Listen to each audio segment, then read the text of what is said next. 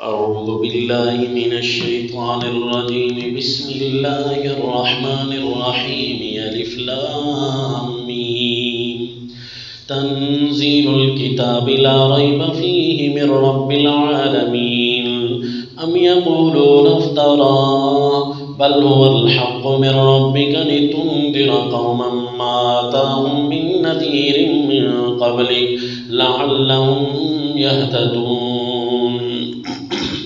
سورت کے شروع میں 4 چیزیں ہوتی ہیں تو ان چاروں کو آپ نے نوٹ کرنا ہے۔ نام کا ربط پچھلی سورت میں کیا تھا؟ نصائح لقمان حکیم، نصائح لقمان حکیم جس میں انسان کی ہر طرح کی خوبصورتی اور فلاح ہے۔ اب سورہ السجدہ ہے کہ مومن ایسی باتوں کو سن کر سجدہ ریز ہو جاتے ہیں۔ اب جی ربط معنوی سننا جس کے اندر ساری صورت کا حل موجود ہوتا ہے۔ آپ کو بتاؤں گا کہ یہاں پر بہت سارے مشکلات سے نکالنے کے لیے یہ ربط معنوی ترتیب میں آیا ہے، آپ نے اس کو دیکھنا ہے۔ پچھلی صورت میں مارکہ حق و باطل میں غلبہ و شکست کی وجہ بیان تھی، یعنی اعتقاد و اعمال کا قبح اور حسن۔ اب اس صورت میں ترغیب الی القرآن ہے کاملاً، جس سے تعمیر الاعتقاد والعمل ہوتی ہے۔ اچھا جی، یہ ربط معنوی بھی آپ نے سنا۔ اب دعوی صورت بھی لکھیں گے، بہت سارے خلاصہ جات سے آپ کو انتہائی الگ ایک چیز نظر آئے گی اور آپ بیٹھ جائیں گے سر پکڑ کر کہ یہ ہمیں کہاں کیا لکھوا ڈالا۔ اصل میں رئیس المفسرین حضرت الوانی رحمہ اللہ کی جو تفسیر بے نظیر ہے نا جی، وہ انتہائی جامع اور انتہائی مختصر جملوں پر مشتمل ہوتی ہے، اور اس کے اندر صرف اور صرف الفاظ یعنی باتیں لکھی ہوئی ہیں۔ اس کے اندر انہوں نے یہ اصطلاحات کم ارشاد فرمائی ہے، اس لیے ان کی اس طرز کو سمجھنے کے لیے مختلف خلاصہ جات نے اپنی اپنی اصطلاحات قائم کی تھی، اور زیادہ تر خلاصہ جات تو اپنی اپنی ترتیب سے چلتے رہے۔ خلاصہ جات میں ترتیب کی جدت لائی ہے حضرت نیلوی رحمہ اللہ نے، اور اسی طرح الفاظ کے چناؤ کی جدت لائی ہے حضرت قاضی عصمت اللہ صاحب رحمہ اللہ نے۔ تو ان سب کے خلاصہ جات دیکھ کر نا جی ایک اشکال قائم رہا، وہ یہ ہے کہ اس صورت کے اندر نفی شفاعت کاری کو مرکزی مضمون بنایا گیا ہے، جبکہ اس صورت میں مرکزی مضمون کے لیے آیت نمبر 4 کے اندر صرف یہ لفظ موجود ہے ما لکم من دونی من ولی ولا شفیع، شفیع کا لفظ موجود ہے، وہ بھی نتیجتاً مذکور ہے۔ جبکہ آپ دعوی صورت میں دیکھتے آ رہے ہیں کہ اللہ اسپیشل صورتوں کے شروع میں کوئی نہ کوئی تذکرہ ارشاد فرما دیتے ہیں۔ سورۃ القصص آئی نا، اس کے اندر شروع میں ایک عجیب تذکرہ تھا، لیکن اس دعوے کو سورت کے آخر میں اتنے اظہار کے ساتھ بتا دیا، واقعی دعوے سورت واقعات سے شروع ہوتے ہی پتہ چل گیا تھا۔ لیکن اب حضرت الوانی رحمہ اللہ کے اس طرز میں یہ بھی آپ کو سمجھانا ہے کہ اس صورت کا مرکزی مضمون کیا ہے۔ ترغیب الی القرآن آپ کو ربط معنوی میں بھی لکھوایا۔ اب لہذا دعوی صورت کو آپ نے بڑی احتیاط کے ساتھ لکھنا ہے۔ ہم دوسرے کسی خلاصے کا رد آپ کو تو نہیں کروائیں گے نا، ہم آپ کو صرف یہ بتائیں گے کہ دوسرے خلاصہ جات کی جو ترتیب ہے اس کے اندر بھی اپنی ایک دلائل کی فٹنگ ہے، لیکن اس میں اشکالات سے مخلص تب آتا ہے کہ جب وہ اس ترتیب کے ساتھ لیا جائے، اور سب کا مرکزی نقطہ نظر تو سکھائے ہوئے حضرت رئیس المفسرین کے طریقہ کار ہے نا۔ لہذا آپ نے یہ ذرا ذہن نشین ضرور رکھنا ہے تاکہ آپ کو خلاصہ جات کے اندر خلجان واقع نہ ہو جائے، پریشان نہ ہو جائیں کہ ان خلاصہ جات میں بالکل اور چیز لکھی ہوئی اور اس صورت میں بالکل ہم اور چیز پڑھ رہے ہیں۔ تو اس لیے جی دعوی صورت آپ لکھیے جی ترغیب الی کتاب اللہ۔ اس ساری صورت مشتمل ہے ترغیب الی القرآن پر۔ اب اس دعوے کی فٹنگ آپ کو آیات میں نظر آئے گی تو مزہ آئے گا نا جی، تو تب اشکالات حل ہونا شروع ہو جائیں گے۔ تو لہذا اب آپ تقسیم صورت کا عنوان ڈال لیں، ہم صورت کے آخر میں لکھوائیں گے۔ اور اب آپ ذرا اس صورت کو چیک کریں کہ اللہ کریم ہم سے کس انداز میں مخاطب ہو رہے ہیں۔ فرمایا بسم اللہ الرحمن الرحیم، الف لام میم، تنزیل الکتاب لا ریب فیہ من رب العالمین، ام یقولون افترا، اللہ اعلم بمرادی۔ الف لام میم تنزیل الکتاب، دعوی سورت کا ذکر ہے۔ دیکھو سورت کے شروع میں آ رہا ہے تنزیل الکتاب لا ریب فیہ من رب العالمین، اتارا جانا کتاب کا، حکم نامے کا، اللہ ریب فیہ، کتاب جمع شدہ چیزوں کو کہتے ہیں۔ کیا چیز اس میں جمع ہے جی؟ حکم نامہ جمع ہے، اس لیے معنی کرتے ہیں کچھ کہ حکم نامے کا نازل کرنا، لا ریب فیہ، جس میں کوئی دھوکہ نہیں ہے، شک سے اوپر درجہ دھوکے کا، جس میں کوئی دھوکہ نہیں ہے، من رب العالمین، رب العالمین کی طرف سے، پروردگار عالم کی طرف سے ہے۔ واقعی یہ پروردگار عالم کی طرف سے ہے، اس میں کسی بندے کا عمل دخل نہیں، لہذا آ جاؤ اللہ کی بات کی طرف۔ ام یقولون افترا، شکوہ نمبر 1 کہ یہ کفار اس قرآن کے بارے میں کیا کہتے ہیں۔ ام یقولون افترا، کیا یہ کہتے ہیں کہ جھوٹ باندھ لایا ہے، بل هو الحق من ربک، نہیں، جواب شکوہ، هو الحق، یہ تو سچ ہے، من ربک، تیرے رب کی طرف سے۔ جو جھوٹ ہوتا ہے وہ کبھی حق نہیں ہوتا، یہ تو حق ہے، یہ تو اپنا مدعا بیان بھی کرتا ہے، سچائیاں دکھاتا بھی ہے۔ حق ایسی سچائی کو کہتے ہیں جو سچائی دکھاتی ہو، جو سچائی بولتی ہو، یہ تو حق ہے، یعنی سچائی بولتا بھی ہے، سچائی اپنی دکھاتا بھی ہے۔ لتنذر، حکمت انزال، لتنذر قوما ما آتاہم من نذیر من قبلک لعلہم یہتدون۔ دیکھا جی یہ دعوے صورت میں تھا، تبھی تو ایسی حکمت بیان کی کہ ایسی قوم کے اور ڈرائیں جن کے پاس آپ سے پہلے ڈرانے والا کوئی نہیں آیا، کیونکہ ہر امت کے پاس ایک نہ ایک آیا ہے نا قرآن میں، ان من امت الا خلا فیہا نذیر، اور اس امت میں ابھی تک نہیں آیا تھا، لہذا آپ آ گئے، وہ قانون سچا آ گیا کہ ان من امت الا خلا فیہا نذیر، کہ ہر جماعت میں، ہر امت کے اندر کوئی نہ کوئی نبی ہم نے بھیجا، یہی امت باقی بچتی تھی، اس کی طرف آپ آ گئے۔ ما اتاہم من نذیر من قبلک لعلہم یہتدون، تاکہ وہ راہ پر آ جائیں۔ اب رسیلے چیک کرتے آنا، شکوے کے جواب شکوے کے یہ دعوے صورت کی مطابقت میں آ رہے ہوں گے۔ اللہ الذی خلق السماوات والارض وما بینہما فی 6 ایام ثم استوى علی العرش۔ اب پہلی دلیل آ رہی ہے یہ ترغیب پر۔ کیسے پہلی دلیل؟ اللہ نے آسمانوں کو اور زمین کو بنایا اور جو چیز اس کے اندر ہے 6 دنوں کی مقدار میں بنایا، پھر اللہ تعالیٰ عرش پر یعنی تحت حکومت پر خود مالک ہو گیا، خود غالب ہو گیا۔ ما لکم من دونہ من ولی، نہیں ہے تمہارے لیے اب سوائے اس اللہ کے کوئی حمایتی، ولا شفیع، نہ کوئی سفارشی، افلا تتذکرون، کیا تم دھیان نہیں کرتے؟ اس کا مطلب ہے اس دلیل کی طرف دھیان کریں تو ہمیں کیا سمجھ آتا ہے؟ دلیل کی طرف ہم نے دھیان کیا، آسمان و زمین اللہ نے 6 دنوں کی مقدار میں بنائے۔ کیوں بنائے جی؟ کوئی علم ہمیں نہیں اللہ نے دیا۔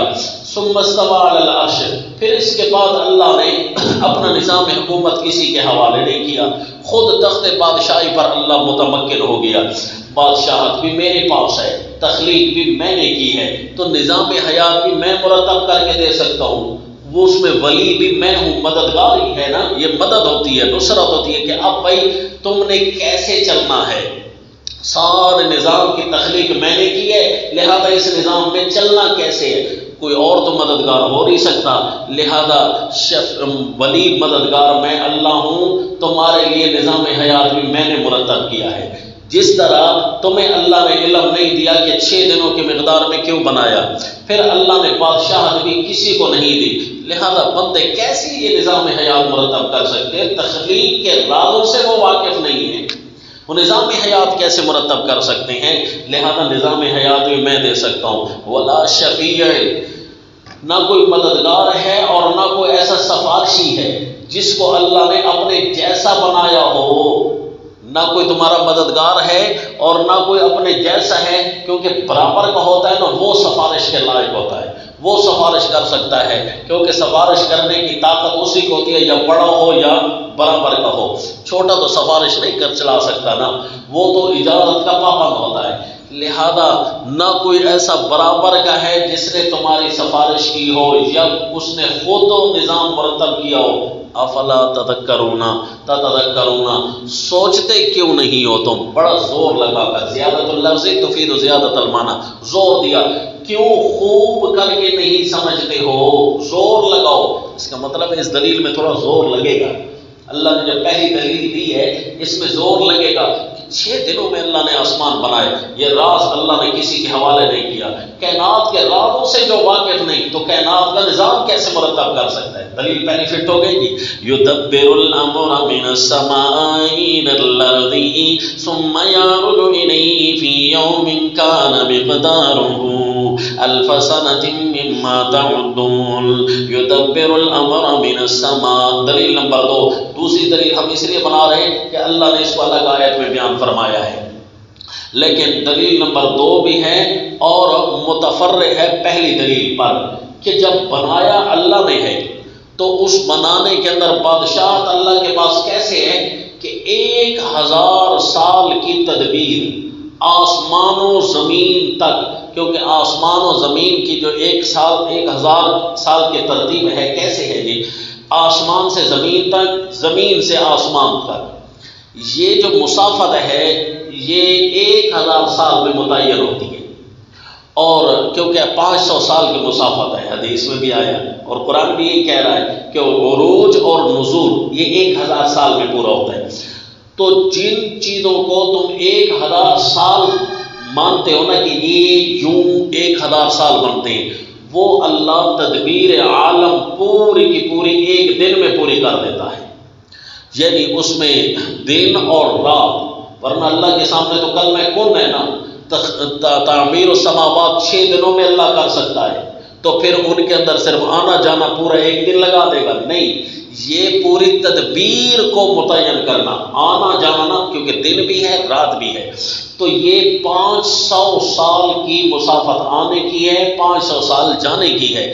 اس میں تدبیر 1 ہی دن میں ہو جاتی ہے، پوری کائنات کا نظام یک لخت بدل جاتا ہے، دن بھی ہو جاتا ہے رات بھی ہو جاتی ہے، سورج چل بھی پڑتا ہے واپس بھی آ جاتا ہے۔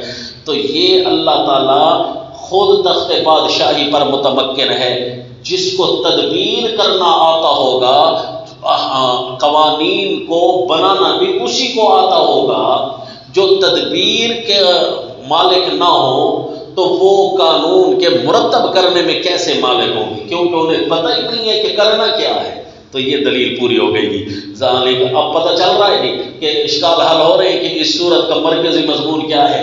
ذالک عالم الغیب والشہادہ، یہ کام وہی کر سکتا ہے، نتیجہ تو دلائل، یہ کام وہی کر سکتا ہے عالم الغیب، جو چھپی باتیں جانتے ہو، ساری کائنات سے جو چھپی ہوں، اللہ سے تو کوئی چیز چھپی نہیں ہے نا، جو ساری کائنات سے چھپی ہوئی ہوں اللہ اس کو بھی جانتا ہے۔ والشہادہ، جو کائنات کے سامنے ہو، کائنات والے اسے بھی نہیں جانتے، اللہ تو اس کو بھی جانتا ہے۔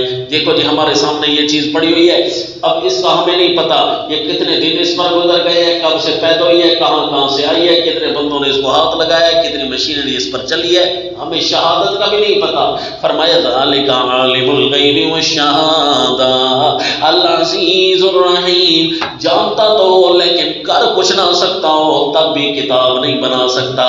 اللہ جانتا بھی ہے، کر بھی سب کچھ سکتا ہے۔ اللہ عزیز، اللہ ہر شے پر غالب ہے، اور غالب ہے نا۔ اب الرحیم کی صفت کا دیکھنا جی کتنی خوبصورتی سے فٹ ہو رہی ہے۔ الرحیم غالب ہے، تبھی تو خصوصی رحمتیں نازل کر سکتا ہے، قرآن جیسی آؤ جی، العزیز الرحیم مضمون صورت کے ساتھ کیسے عمدہ فٹ ہو گیا. العزیز الرحمن بھی ہوتا، العزیز العلیم بھی ہوتا، العزیز القدیر بھی ہوتا ہے، لیکن الرحیم کہا کیونکہ خصوصی رحمت قرآن جیسی. الذی احسن کل شیء خلقہ وبدا خلق الانسان من طین. اب جی دلیل نمبر 3، اس کو جو شروع کیا بالکل الگ امتیاز رکھا. اللہ نے ہر شے کو احسن بنایا ہے. الذی احسن کل شیء خلقہ، جتنی بھی چیزیں اللہ نے بنائی بڑی حسین ہے. کوئی بھی چیز ہے نا اپنے اعتبار سے وہ بڑی حسین ہے. کوئی بندہ یہ اعتراف نہیں کر سکتا ہے اللہ یہ چیز بنائی ہے نا یوں ذرا اچھی نہیں تھی یوں بنا دیتا.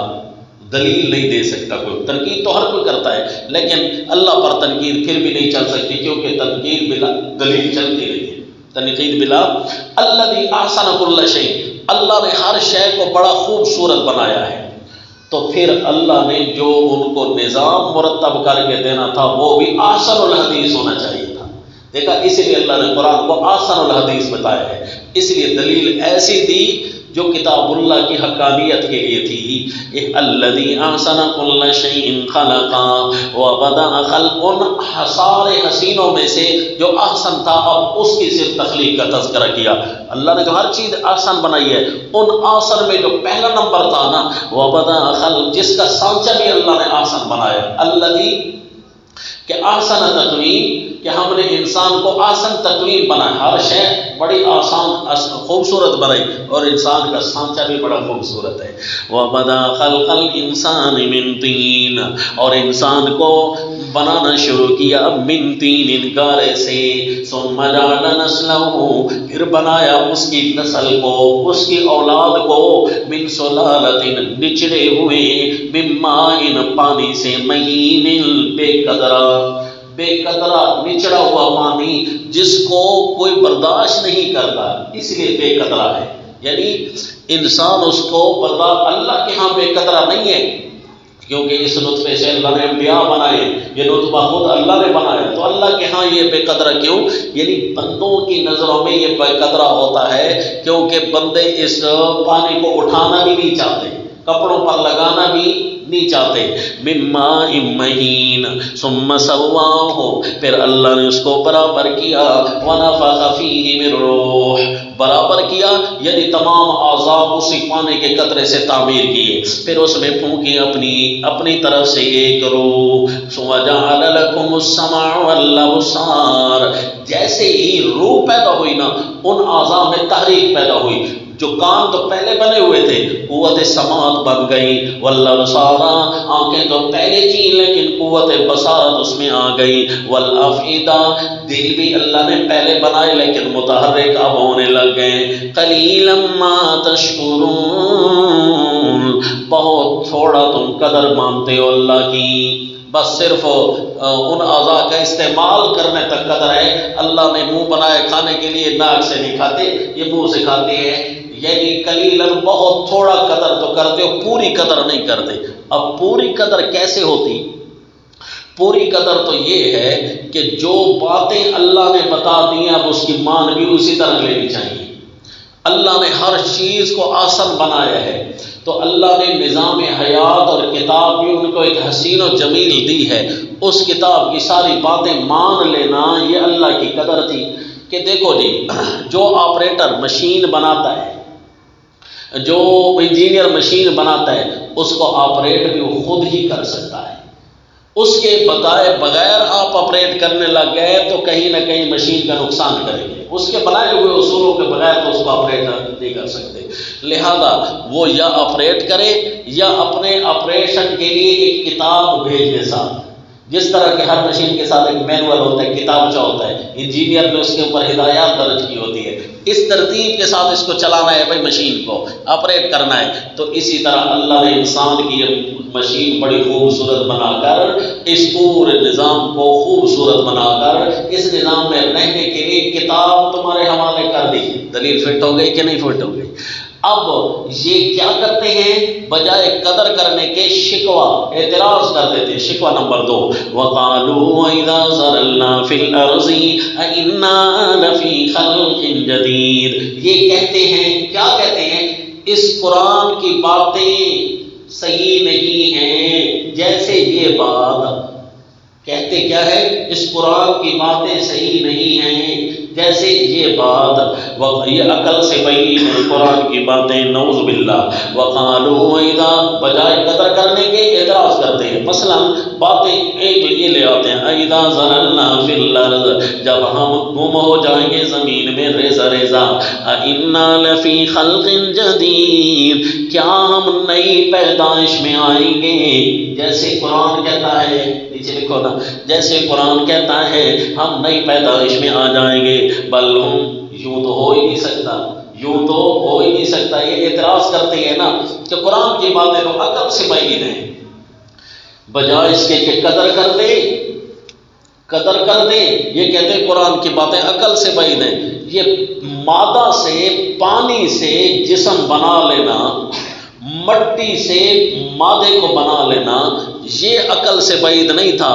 تخلیق ہونے کے بعد جب تمہارا میٹیریل صرف مکس ہو جائے زمین میں، آپ پیدا کرنا بعید ہے جی، جس طرح وہ بعید نہیں تھا۔ اللہ نے اس کا جواب نہیں دیا، صرف اور صرف یہی فرمایا کہ انہوں نے اعتراض کیا ہے، اور اعتراض قدر نہیں کی، صرف اعتراض کیا۔ اب اللہ نے اس کا جواب نہیں دیا بلکہ اوپر زجر دے دیا، زجر بر شکوا، بل ہم بلقاء ربہم کافرون، اور تو کوئی بات نہیں، یہ اپنے رب کی ملاقات کے منکر ہیں۔ یہ کہتے ہیں کہ قیامت کا اگر قول کر لیا نا ہم نے کہ قیامت آئے گی، اللہ سے ملاقات ہوگی، تو پھر تو اللہ کو جواب دینا پڑے گا، پھر تو اللہ کی باتیں ماننی پڑیں گی، اللہ کی باتیں مانی تو قرآن ماننا پڑے گا۔ نبی یہ کہتے ہیں سرے سے اس عقیدے کا ہی ہم انکار کر دینا، اللہ سے ملاقات ہی نہیں ہو رہی تاکہ یہ ساری باتیں نہ ہوں، نعوذ باللہ۔ اصل میں پیٹ کا مروڑ کچھ اور ہے، بعید نہیں ہے یہ باتیں، بعید ہوتی تو انہیں پہلی دفعہ پیدا ہونا بعید لگتا، بعید نہیں، اصل میں یہ انکار کرنا چاہتے ہیں۔ وَلَوْ تَرَىٰ إِذِ الْمُجْرِمُونَ نَاكِسُو رُءُوسِهِمْ عِندَ رَبِّهِمْ، زجر نمبر 2 پر شکوا، زجر 2 پر شکوا، شکوا پر دوسرا زجر، یہ کہتے ہیں عقل سے بعید ہے۔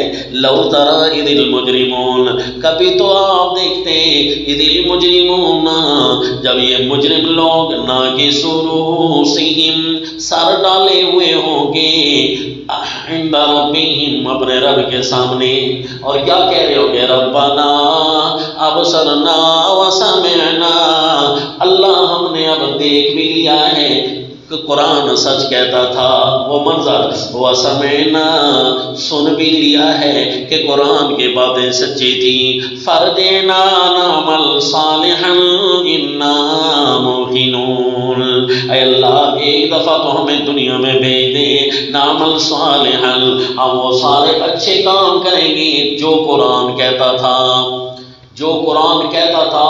یہ لفظ ہم نے کیوں نکالا؟ کیونکہ آگے جملہ ہے انا موقنون، کیونکہ اللہ ہمیں یقین آ گیا ہے کہ باتیں تیری سچی تھی، لہذا اب جو قرآن کہتا تھا وہ والے کام ہم کریں گے۔ نعمل صالحا کے نیچے کیا لکھنا ہے جی؟ جو قرآن کہتا تھا۔ وَلَوْ شِئْنَا لَآتَيْنَا كُلَّ نَفْسٍ هُدَاهَا وَلَكِنْ حَقَّ الْقَوْلُ مِنِّي، زجر صوم پر شکوا، تیسرا زجر، یہ کہتے ہیں عقل سے بعید ہے۔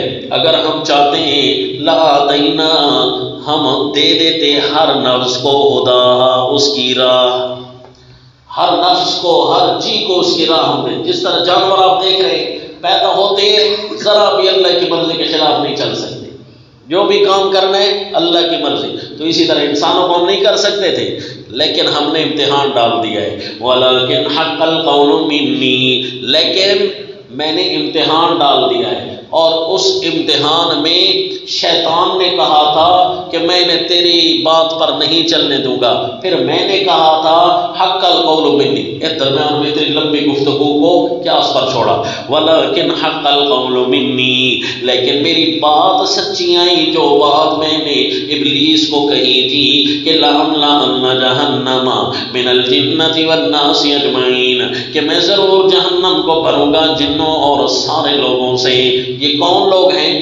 اور جن کے بارے میں ابلیس نے کہا تھا لا تجد اکثرهم شاکرین، کہ اکثر لوگ تیری قدر نہیں کریں گے، تیری باتیں نہیں مانیں گے، میں ایسے بناؤں گا۔ تو اللہ نے فرمایا میں پھر جہنم میں ڈالوں گا۔ تو درمیان کی باتوں کو زجر کی بات پر چھوڑ دیا۔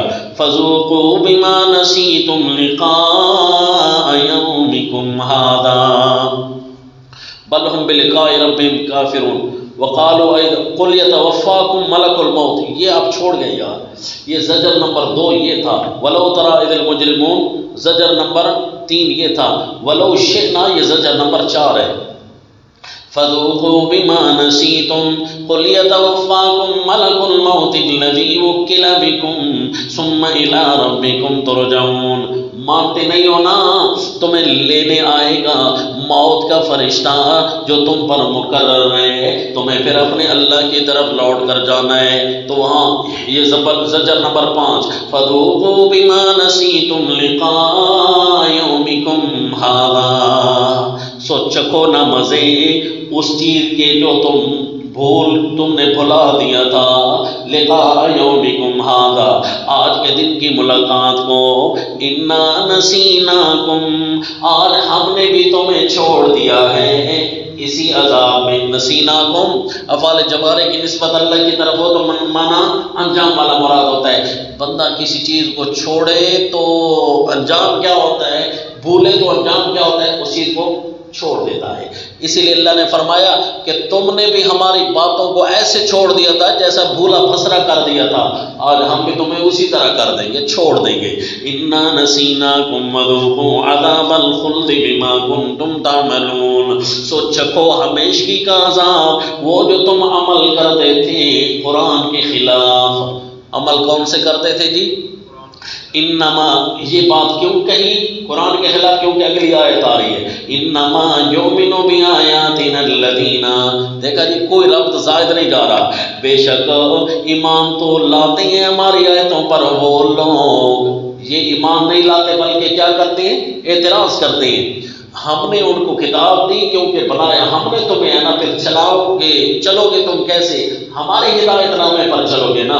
تو مانتے ہیں وہ لوگ الذین اذا ذکروا بہا، جب ان کو یہ آیتیں سمجھائی جائیں، خروا سجدا گر پڑتے ہیں سجدہ ریز ہو کر، وسبحوا بحمد ربہم اور پاکی بیان کرتے ہیں اپنے رب کی ساری خوبیوں کی، وہم لا یستکبرون اور وہ تکبر نہیں کرتے قرآن کے سامنے، تتجافا جنوبہم عن المضاجع اور ان کی جدا رہتے ہیں ان کی کروٹیں اپنی سونے کی جگہوں سے۔ کتاب اللہ کے ضمن میں ایسی بات فرما دی، کتاب اللہ کے بیان میں ایسی صفت مومنوں کی بیان کی جو کہ کتاب اللہ کے موافق تھی۔ مضمون کتاب اللہ کا چل رہا تھا نا، جب کتاب اللہ کوئی پڑھتا ہے نا تو اپنے بستروں سے الگ ہو کر تلاوت شروع کر دیتا ہے، اس لیے وہی صفت آئی تتجافا جنوبہم عن المضاجع، جدا رہتی ہیں ان کی کروٹیں سونے کی جگہوں سے، یعنی سونے کے وقت میں بھی کتاب اللہ پڑھتی ہے۔ یدعون ربہم خوفا وطمعا، پکارتے ہیں اپنے رب کو ڈر کی وجہ سے کہ اللہ تعالیٰ ہی غالب ہے، وطمعا اور اللہ ہی سے امیدیں رکھ کر، کیونکہ اللہ رحمتوں والا ہے۔ صرف ڈر نہیں ورنہ تو ظلم ہوتا، صرف لالچ نہیں ورنہ تو صرف اور صرف بھوک ہوتی، پیاس ہوتی، اللہ کی رحمت کی امید نہ ہوتی۔ خوفاً و طمعاً جب دونوں باتیں جمع ہو جائیں نا تو اس وقت عبادت بنتی ہے۔ وَمِمَّا رَزَقْنَاهُمْ يُنْفِقُونَ اور جو ہم نے ان کو دیا ہے خرچ کرتے ہیں۔ اب حیرانگی یہ ہے مضمون کتاب اللہ کا بعد خرچ کی ذکر کیوں آ گئی؟ تو جواب کیا ہے کہ تتجافا جنوبہم عن المضاجع، بستروں سے الگ ہوتے ہیں اور تلاوت کرتے ہیں اور تلاوت سے شادت شدہ اعمال کرتے ہیں۔ یدعونا عبادات بدنیہ اور مما رزقناہم عبادات مالیہ۔ درمیان کی بات اللہ نے چھوڑ دی، صرف فرمایا بستروں سے الگ ہوتے ہیں اور یہ کام کرتے ہیں، بستروں سے الگ ہو کر تلاوت کرتے ہیں، تلاوتوں سے جو ثابت ہوتا ہے وہی کام کرتے ہیں، لہذا اشکال حل۔ فلا تعلم ان کے لیے بھی تخویف، فلا تعلم نفس ما اخفی لهم من قرۃ اعین، سو کسی کو معلوم نہیں جو چھپایا گیا ہے ان کے واسطے ان کی آنکھوں کی ٹھنڈک، اللہ یہ کیوں بدلہ دیا جا رہا ہے؟ کیونکہ الجزاء من جنس العمل ہوتی ہے۔ فرمائے جزاء بما كانوا يعملون، ان کے کام جو اسی طرح تھے۔ کام ان کے کیسے تھے؟ اکیلے کھڑے ہو کر راتوں کو اٹھ کر، کسی کو خبر بھی نہیں ہوتی تھی، اللہ کی کتاب کی تلاوت کرتے تھے۔ یتلون آناء اللیل و آناء النہار یتلونہ حق تلاوتہ، کتاب اللہ کی تلاوت کرتے تھے، لہذا ان کو جو بدلہ ملا اس کا بھی ابھی تک کسی کو پتا نہیں ہے کہ ان کی آنکھوں کی ٹھنڈک کیا ہے۔ فمن کان مؤمنا، اور قرۃ اعین کا تذکرہ آیا، انعام کے اندر کس کا تذکرہ ہے جی؟ قرۃ اعین کا۔ اور قرۃ اعین کا تذکرہ بھی اس لیے آیا کہ قرآن کو دیکھنے کے لیے آنکھیں استعمال کی جاتی ہیں، اس لیے ان کا تذکرہ قرۃ اعین میں آیا۔ اور جو قرآن کو نہیں مانتے ان کی سزا جو ذکر ہوگی وہ سورہ طٰہٰ میں بیان ہوئی کہ اللہ ان کی آنکھوں کو اندھا کریں گے، فرمائیں گے ہماری آیتیں آئی تھی تم نے نہیں دیکھی، تو لہذا ان کا بھی بدلہ ہوئی، ان کا بھی بدلہ ہوئی۔ آپ ایک دفعہ سجدہ تلاوت کر لو، آیت سجدہ ہم نے پڑھ لی۔ چلو جی، اچھا، انما یؤمنون کے نیچے آپ لکھو صفات مومنین، اور صفات مومنین چل رہی ہیں جی۔ فمن کان مؤمنا کمن کان فاسقا، کیا بھلا جو قرآن کو ماننے والا ہو اس کے برابر ہو سکتا ہے جو قرآنی احکام کا انکاری ہو؟ کمن کان فاسقا، فاسق تو اس کو کہتے ہیں جو احکام پر عمل کرنے والا نہ ہو، تو اس لیے احکام تو ہوتے ہیں کتاب اللہ میں، اس لیے لفظ مومن کے مقابلے میں کافر ہی نہ آیا، فاسق بھی ساتھ آیا، کیونکہ کافر اعتقاداً نہیں مانتا، فاسقہ عملاً نہیں مانتا۔ فمن کان مومنا کمن کان فاسقا، کیا جو قرآن کو ماننے والا ہے اس طرح تو نہیں ہو سکتا جو قرآن کے احکام سے منکر ہے۔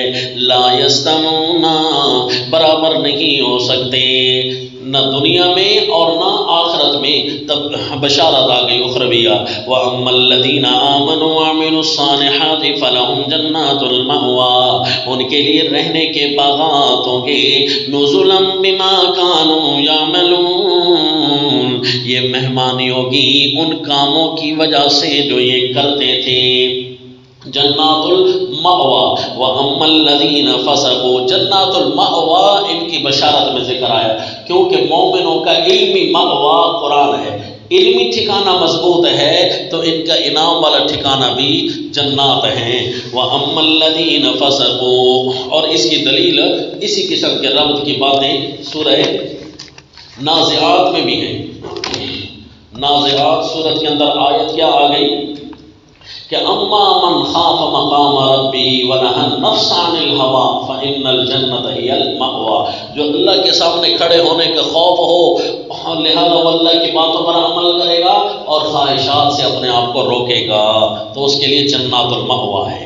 فَنُزُلًا بِمَا كَانُوا يَعْمَلُونَ وَأَمَّا الَّذِينَ فَسَقُوا فَمَأْوَاهُمُ النَّارُ، اور جو لوگ نافرمان ہوئے کتاب اللہ کے احکام کے، فَمَأْوَاهُمُ النَّارُ، ان کا گھر آگ ہے، آگ، کیونکہ کتاب اللہ کے مقابلے میں اللہ نے فرمایا کہ آگ ہوتی ہے، جس طرح سورہ الحج میں قُلْ أَفَأُنَبِّئُكُم بِشَرٍّ مِّن ذَلِكُمْ النَّارُ، بس کتاب اللہ کے مقابلے میں پھر آگ ہے۔ كُلَّمَا أَرَادُوا أَن يَخْرُجُوا مِنْهَا أُعِيدُوا فِيهَا وَقِيلَ لَهُمْ ذُوقُوا عَذَابَ النَّارِ الَّذِي كُنتُم بِهِ تُكَذِّبُونَ، جب بھی یہ چاہیں گے اس سے نکلنا اسی میں دوبارہ ڈال دیے جائیں گے۔ یہاں جی تخفیف اخروی، اور تخفیف اخروی کا رنگ یہ آیا، اس کی وجہ کیا ہے کہ یہ کتاب اللہ کی آیتوں سے نکل چکے تھے، کتاب اللہ کی غلامی سے اپنے آپ کو باہر نکالا تھا، تو پھر اب جہنم سے باہر کیوں نکلتے ہو؟ دوبارہ سے دوبارہ انہیں جہنم میں پھینک دیا جائے گا۔ وَقِيلَ لَهُمْ ذُوقُوا عَذَابَ النَّارِ، اور ساتھ یہ بھی کہا جائے گا چکھو آگ عذاب کا، الَّذِي، اب صفت عذاب کی وہ لگائی جو کہ سورت کے مضمون کے مطابق ہے، الَّذِي كُنتُم بِهِ تُكَذِّبُونَ، جس کو تم جھٹلایا کرتے تھے وہی یہ عذاب، یعنی قرآن کو جھٹلانا الگ عذاب ہے۔ آگے آیت آ رہی ہے بیان ہی، مَنْ أَظْلَمُ مِمَّنْ ذُكِّرَ بِآيَاتِهِ وَلَنُذِيقَنَّهُم مِّنَ الْعَذَابِ الْأَدْنَىٰ دُونَ الْعَذَابِ الْأَكْبَرِ لَعَلَّهُمْ يَرْجِعُونَ، بڑے عذاب عذاب سے پہلے انہیں چھوٹے عذاب ہم دیں گے. وَلَنُذِيقَنَّهُمْ یہ پیشگوئی لکھ دو جن قرآن کی، تخفیف دنیاوی اور پیشگوئی برائے منکرین، برائے فساق قرآن کے جو فاسق ہیں ان کے لیے پیشگوئی بھی ہے اور تخفیف دنیا بھی ہے. اور یہ اب ہمارے ماحول پر فٹ بھی ہو رہی ہے. دیکھنا وَلَنُذِيقَنَّهُمْ مِنَ الْعَذَابِ الْأَدْنَىٰ ہم ان کو چھوٹے عذاب دیں گے، دون العذاب الْأَكْبَرِ بڑے عذاب سے پہلے. عذاب الادنا چھوٹا بھی کہا اور اصغر اس کو کہنا چاہیے تھا، ادنا کہا اشارہ کہ قریب آئے گا یعنی دنیا میں. لعلہم یرجعون یہ اس لیے دنیا میں ہم عذاب دیں گے بڑے عذاب سے پہلے، لعلہم یرجعون تاکہ یہ واپس آ جائیں. اللہ عذاب کیوں آ رہا ہے آگے لکھو وجہ عذاب. وَمَنْ أَظْلَمُ مِمَّنْ ذُكِّرَ بِآيَاتِ رَبِّهِ دیکھا جی اشکال حل ہو رہے ہیں نا کہ یہ مضمون صورت کو قرآن نہیں چھوڑ رہا. اس کا مطلب ہے دعوی صورت یہی تھا. وَمَنْ أَظْلَمُ مِمَّنْ ذُكِّرَ بِآيَاتِ رَبِّهِ ثُمَّ أَعْرَضَ عَنْهَا إِنَّا مِنَ الْمُجْرِمِينَ مُنْتَقِمُونَ اس سے بڑا ظالم کون ہے جسے رب کی آیات سے بیان کیا جائے ثُمَّ أَعْرَضَ عَنْهَا پھر وہ اسے اعراض کرے گا تو إِنَّا مِنَ الْمُجْرِمِينَ مُنْتَقِمُونَ تو ہم ان گناہگاروں سے مجرموں سے انتقام ضرور لیں گے. مجرمین کا لفظ ہے جی، کفار و مشرکین کا نہیں ہے، سارے شامل ہیں. فساد من المجرمین منتقمون اس لیے کون سا انتقام نیچے لکھ دو عذاب الادنا یعنی عذاب ادنا عذاب اکبر سے پہلے انتقام بن کر ان کے پاس آئے گا. کیوں آئے گا؟ یہ اس بات کی نشانی ہوگی کہ لوگوں کتاب اللہ کی آیتیں کہیں سے نکلی ہوئی ہیں. دیکھو جی جس دن کرونا وغیرہ سیلاب زلزلوں کی جب مصیبتیں آئیں نا اکثر ہم یہ آیت پڑھ کر اپنی مقتدیوں کو سناتے ہیں کہ دیکھ لو سوچ لو کہیں نہ کہیں کتاب اللہ کی آیتیں ہل رہی ہیں تم سے. ایک یہ آیت اور ایک وہ جو سورہ النمل میں بیان ہوتی ہے وَإِذَا وَقَعَ الْقَوْلُ عَلَيْهِمْ أَخْرَجْنَا لَهُمْ دَابَّةً مِّنَ الْأَرْضِ تُكَلِّمُهُمْ أَنَّ النَّاسَ كَانُوا بِآيَاتِنَا لَا يُوقِنُونَ کہ جب بھی ایسا کوئی جانور بفر جائے نا بندوں پر یہ اس بات کی نشانی ہوتی ہے کہ کہیں نہ کہیں آیتوں سے چھیڑ خانی اور شروع ہو چکی ہے. اور جب عذاب ادنا آ جائے نا اس بات کی دلیل ہوتی ہے کہیں نہ کہیں آیات اللہ سے چھیڑ خانی ہو رہی ہے. من اظلم ممن ذکر بآیات ربی وَلَقَدْ آتَيْنَا مُوسَى الْكِتَابَ فَلَا تَكُنْ فِي مِرْيَةٍ مِّن لِقَائِهِ ہم نے موسیٰ نے دلیل نقلی از صداقت کتاب بر صداقت کتاب دلیل نقلی از سیدنا موسیٰ علیہ السلام ہم نے دی موسیٰ علیہ السلام کو کتاب فلا تکن فی مریۃ من لقائی دلیل نقلی آئی حضرت موسیٰ علیہ السلام سے. اور حضرت موسیٰ علیہ السلام کو کتاب جو ملی تھی زیادہ احکام کس کے تھے؟ فرعونیوں کے احکام تھے کہ بنی اسرائیل کے تھے؟ بنی اسرائیل کے احکام تھے نا جی کتاب ملی تھی کیونکہ فرعونی تو پہلے غرق ہو چکے تھے. تو احکام جو ملتے ہیں وہ اپنوں کو ملتے ہیں اس لیے زیادہ اپنوں کو ترغیب دی جا رہی ہے. اس کا مطلب ہے لبرل اور پچھلی صورت کے جو مادہ پرست لوگ تھے سورۃ روم کے ان ساروں کو یہاں پر خطاب پھر سے ہو رہا ہے. اس لیے ترغیب القرآن آ گئی ان نصائح کی بعد کہ ترغیب القرآن میں پہلے اپنوں کو اور دلیل نقلی کا انداز بھی یہی ہے کہ پہلے اپنوں کو سمجھایا گیا تھا اپنے فاسق بنتے ہیں اسی لیے عذاب آتے ہیں. صرف کفار ہی کی طرف متوجہ نہ ہو رہے صرف منکرین کی طرف ہی بندہ توجہ نہ کرے نا. عذاب کیوں آتے ہیں؟ کہیں نہ کہیں کتاب اللہ کی آیتوں سے چھیڑ خانی ہو رہی ہے. اس لیے آپ کو بتایا مسئلہ جادو چھیڑ کر مسئلہ تقلید مسئلہ حیات ممات یہ نام نہاد موحدین کے اندر وجوہات ہیں کتاب اللہ کے انکار کی. اور پھر خالص موحدین جو کتاب اللہ کے انکار نہیں کرتے ان پر بھی گرفت کیوں آ جاتی ہے؟ بعض اوقات کتاب اللہ کی بڑی بڑی آیتوں سے چھیڑ خانی ہو رہی ہوتی ہے. مثلا پردہ کی آیات مثلا رشتوں کی آیات مثلا سود کی آیات ان آیتوں سے عملی چھیڑ خانی ہو رہی ہوتی ہے. وَلَنُذِيقَنَّهُم مِّنَ الْعَذَابِ الْأَدْنَىٰ دُونَ الْعَذَابِ الْأَكْبَرِ لَعَلَّهُمْ يَرْجِعُونَ. وَلَقَدْ آتَيْنَا مُوسَى الْكِتَابَ بڑے عجیب انداز کی دلیل نقلی ہے. فَلَا تَكُنْ فِي مِرْيَةٍ مِّن لِقَائِهِ سو تو دھوکے میں نہ رہے. فلا تکن خطاب ہے فلا تکن کس کو خطاب ہے جی؟ سورت کے شروع میں بھی خطاب آپ صلی اللہ علیہ وسلم کے لیے ایک لفظ ہے بل والحق من ربک، پھر تو خطاب براہ راست کسی کے ساتھ نہیں ہے جی، مومنوں کے اوصاف ہیں فلا تکن فی مریۃ من لقائہ، اس کا مطلب یہ ہے کہ یہ اسی طرح خطاب چل رہا ہے جس طرح پچھلی صورت میں خطاب تھا، اور اسی طرح خطاب ہے جس سے اس لیے پچھلی صورت سورہ روم میں خطاب تھا، اور سورہ روم میں خطاب کس کو زیادہ تھا؟ مادہ پرست لوگوں کو جی، دنیا کے چاہنے والوں کو، لبرلزم کو، جو دین کو صرف ایک تقریب سمجھ کر ادا کرتے ہیں، باقی دین کا دخل اپنی سماجیات میں اپنے احکام میں نہیں دیتے۔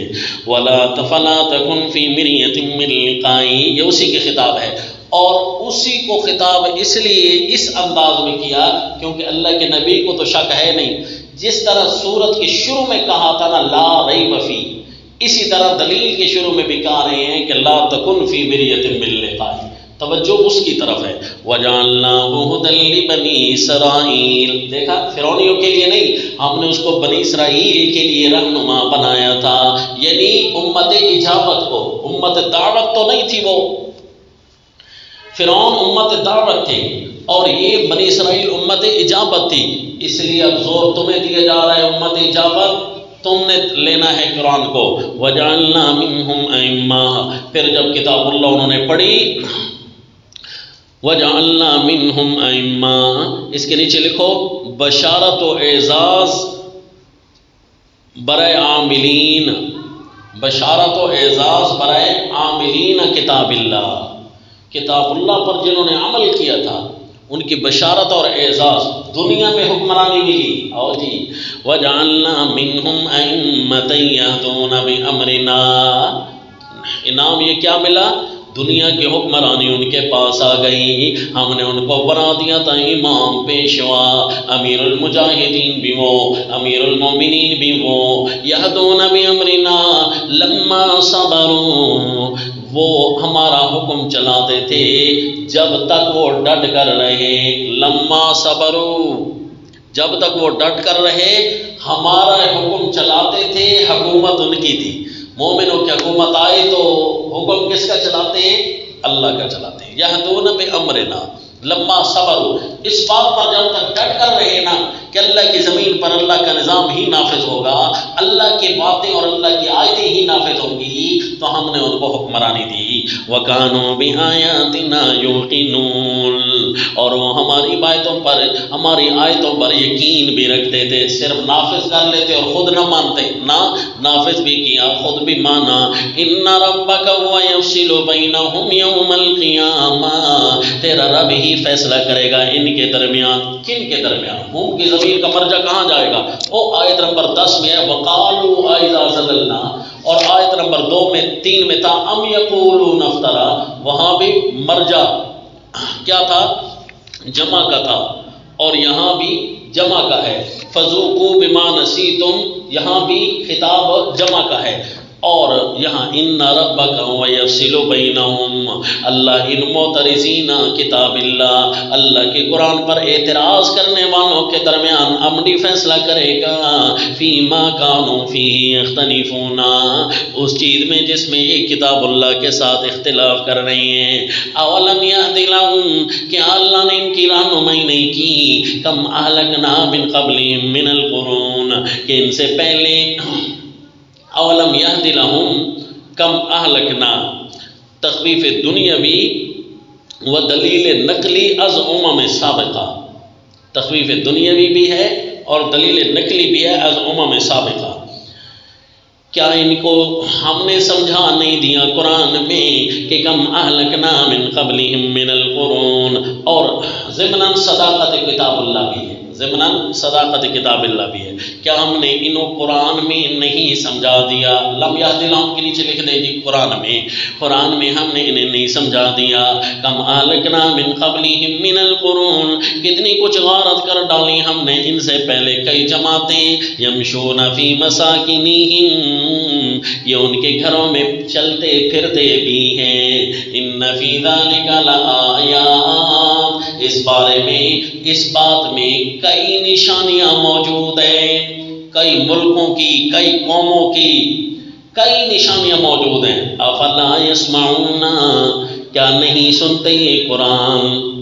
افلا یسمعون، دیکھو سیغے قرآن کے وہ آ رہے ہیں. اب تو اشکال حل ہو رہے ہیں نا کہ ہم نے جو مرکزی دعویٰ لکھوایا وہ سارے سیغوں اسی طرح متوجہ، کیونکہ مرکزی دعوے کا اور مضمون صورت کی نشانی آپ کو آپ کے اساتذہ نے بزرگوں نے یہی لکھ کر پڑھائی ہے، سمجھائی ہے کہ جس کے گرد ساری صورت گھومے نا.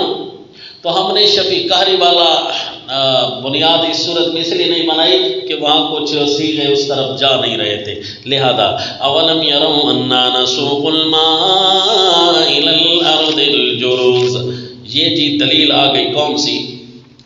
پہلے دو دلیلیں، الذی احسن کل شیء تیسری دلیل، ثم جعل نسلہ چوتھی دلیل، ثم سوى ونفخ فیہ من روحہ پانچویں دلیل، اور اب آ گئی جی چھٹی دلیل. اولم یروا انا نسوق الماء الى الارض الجرز، سمجھ آ گئی نا؟ کیا انہوں نے توجہ نہیں کی کہ ہم پانی کو چلا کر لے آتے ہیں ایک ایسی زمین کی طرف، الجرز جو چٹیل ہوتی ہے، چٹیل زمین، او بالکل اس کے اندر کچھ بھی نہیں ہوتا، صاف شفاف زمین نظر آ رہی ہوتی ہے. پانی کو جب چلا کر ہم لے آتے ہیں، فنخرج به زرعا، پھر ہم نکالتے ہیں اس سے کھیتی، تاکل منہ انعامهم وانفسهم، کھاتے ہیں اس میں اس کے چوپائے، وانفسهم اور خود بھی، افلا یبصرون، کیا ایسی بات کی طرف دیکھتے نہیں ہیں؟ اس کا مطلب ہے اگر ہم دل کی نگاہوں سے دیکھیں تو کچھ نظر آ جائے گا. چٹیل زمین کی طرف پانی آ جائے اور اس زمین سے انگوریاں اور کھیتیاں نکلنے لگیں اور پانی ایک ہی دیا جا رہا اور کھیتیاں مختلف قسم کی نکل رہی ہوں، تو کم از کم یہ دلیل بتا رہی ہے کہ جو یہ کام کرنے والا ہے تمہارا خالق وہی ہے. یہی دلیل قرآن نے بھی بیان کی ہے.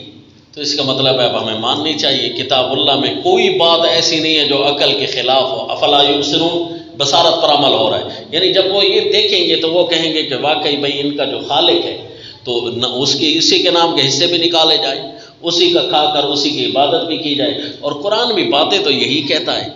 یعنی یہ دلیل دیکھ کر تمہیں سوچ لینا چاہیے کہ چٹیل زمین کے اندر باغ و بہار برپا کرنے والا اللہ ہے تو عبادت کے لائق بھی اللہ ہے. اور یہی درس قرآن ہے. افلا یبصرون، توجہ کیوں نہیں کرتے، دیکھتے کیوں نہیں ہو؟ تو یوں فٹ ہو گئی. اور دوسرا انداز یہاں پر باطنی بھی ہے. باطنی کیا جی؟ کہ ہم پانی چلا کر لے آتے ہیں نا صاف شفاف جگہ پر اور وہاں سے انگوریاں خوبصورت سے نکل آتی ہیں. دل تمہارا صاف تھا جب تم پیدا ہوئے اور اس پہ جب ہم نے کتاب اللہ کی بہار نازل کی تو اسی سے پھر خوبصورت اعتقاد تمہارے پیدا ہوئے.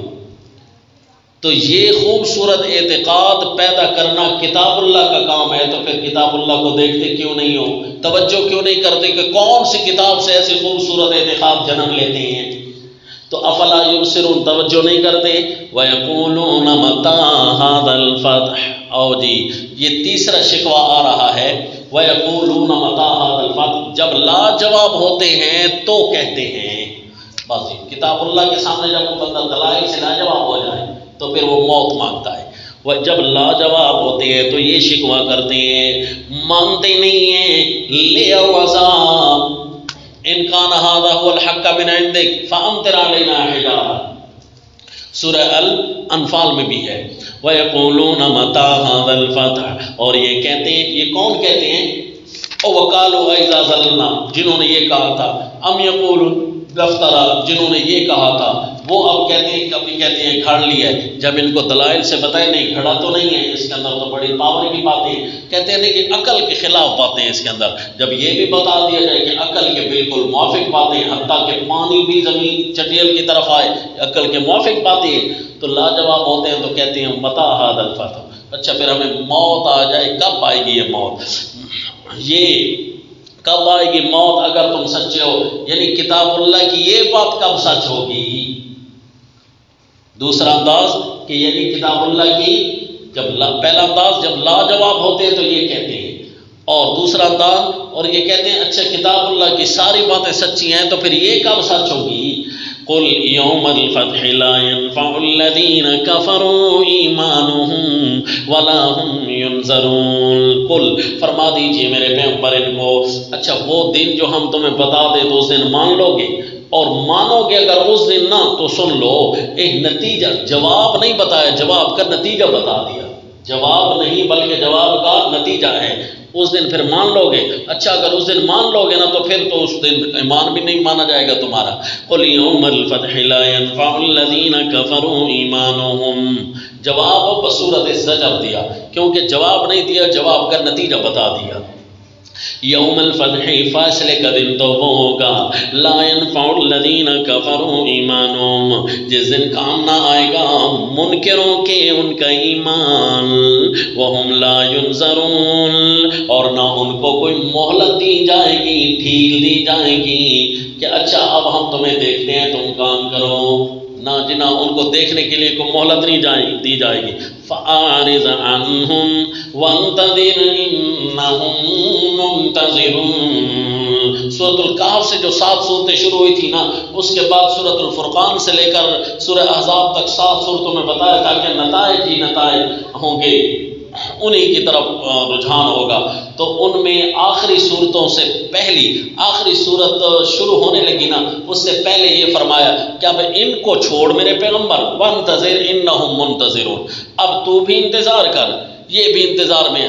اب ان کو نہیں سمجھانا، اب اپنوں کو سمجھانا ہے کہ تم کون کون سے احکام نبی کی تائید کے لیے، احکام تو پورے ہو گئے نا، نبی کی تائید کے لیے تم نے اب کیا کرنا ہے۔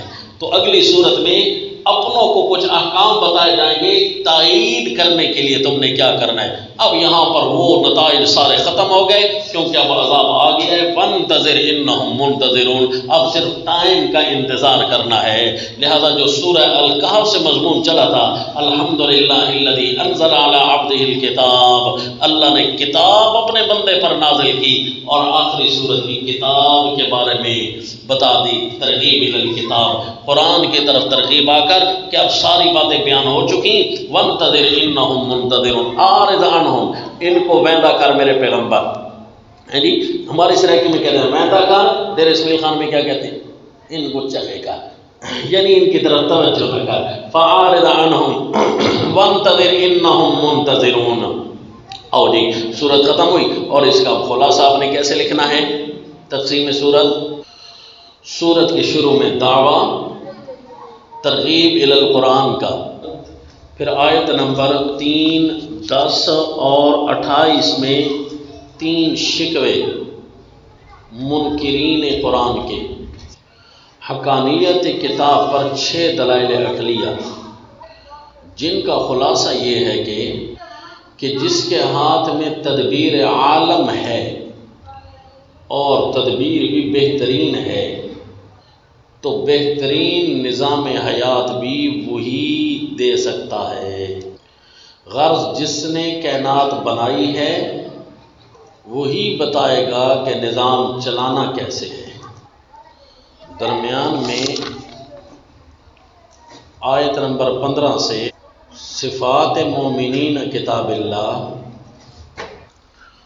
اور اس سے پہلے دوسرے شکوہ کے جواب میں 5 زجرات، 19 سے نتائج فریقین، 21 سے تخفیف دنیاوی اور پیش گوئی، 23 اور 26 میں 2 دلائل نقلیہ، آیت نمبر 24 میں فضیلت اور بشارت برائے مومنین، بشارت دنیاویہ، اور آخری آیت میں حکم اعراض اور انتظار عذاب۔ کیونکہ سورہ کہف سے 7 صورتیں توحید فی الحاکمیت کی بیان کر کے اگلی 7 صورتیں نتائج پر مرتب کیں، اور نتائج میں آخری نتیجہ انتظار عذاب کا ہوتا ہے۔ اسی لیے آخری سے پہلی صورت انتظار عذاب کی، آخری سے پہلی صورت میں انتظار عذاب کی دعوت، اور آخری صورت میں خطاب ہوگا کہ نبی کی تائید میں اپنے لوگوں کیا کریں۔ چلو ٹھیک، یہ نکات بھی آپ کو معلوم ہو گئے، اور صورت کو بڑی اسپیشل طرز کے ساتھ یاد رکھنا، اور آپ نے اس کو زبانی نوٹ کرنا ہے۔ وما علینا الا البلاغ۔